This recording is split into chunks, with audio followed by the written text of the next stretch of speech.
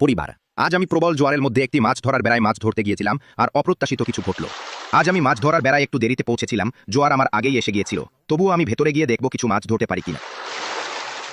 জোয়ার চারদিকে, আমাকে মান্টারে থেকে সাবধানে থাকতে হবে। কোনো রে মাছ নেই, তবে একটা বড় কাঁকড়া ধরেছি। বাচ্চারা বালতিতে যাচ্ছে, দেখো দুটো লুকানো আছে, কিন্তু এত জলের মধ্যে ওদের ধরা কঠিন। এখানে আরও দুটি আছে, এগুলি এখনো বেশ চোখে পড়ছে। জোয়ার আসার আগে আমি দ্রুত এগুলি তুলে নেব। দেখো আরও দুটো খড়ের নিচে লুকিয়ে আছে। আমি এই মোটা সোটাটা নেব, এটা তো একটা দারুণ জিনিস। বালতিতে এসো লোভী আমার ছেলে, এখানে ইতিমধ্যেই তিনটে আছে। এখন প্রাণী ধরা কঠিন, কারণ জোয়ার ইতিমধ্যেই উঠে গেছে।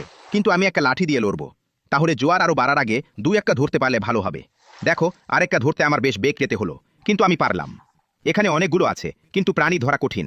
এটাকে আমি জোর করে ধরলাম এবং বালতিতে নিয়ে যাচ্ছি। এটাকে আমি এখনো দেখছি, কারণ এটা পরিষ্কার জলে আছে, কিন্তু প্রাণীটা প্রচণ্ড রেডি আছে। এক্ষেত্রে আমাকে এটাকে লাঠি দিয়ে বশ করতে হবে। ঠিক আছে, এখন আমি নিশ্চিত এটা বালতিতে যাবে। আমার আর একটা বাকি আছে বন্ধুরা। এই সব জোয়ার সত্ত্বেও আমি বড়গুলোকে ধরতে পারি। আকারের কথা বলতে গেলে এই দানবটার আকার দেখো, অবিশ্বাস্য। এটা সত্যিই বড়।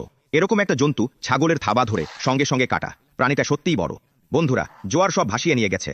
এখনো অনেক কাঁকড়া আছে, কিন্তু তুমি সেগুলোকে ধরতে পারবে না। তাহলে আমিও এখানে আটকে পড়ার আগে পা বাড়াই। আমি এক মুঠো কাঁকড়া ধরেছি। আমি এগুলো ধুয়ে নেব এবং আবার জোয়ার ভাটার জন্য অপেক্ষা করব, যাতে যারা রয়ে গেছে তাদের এবং যারা আসবে তাদের ধরতে পারি।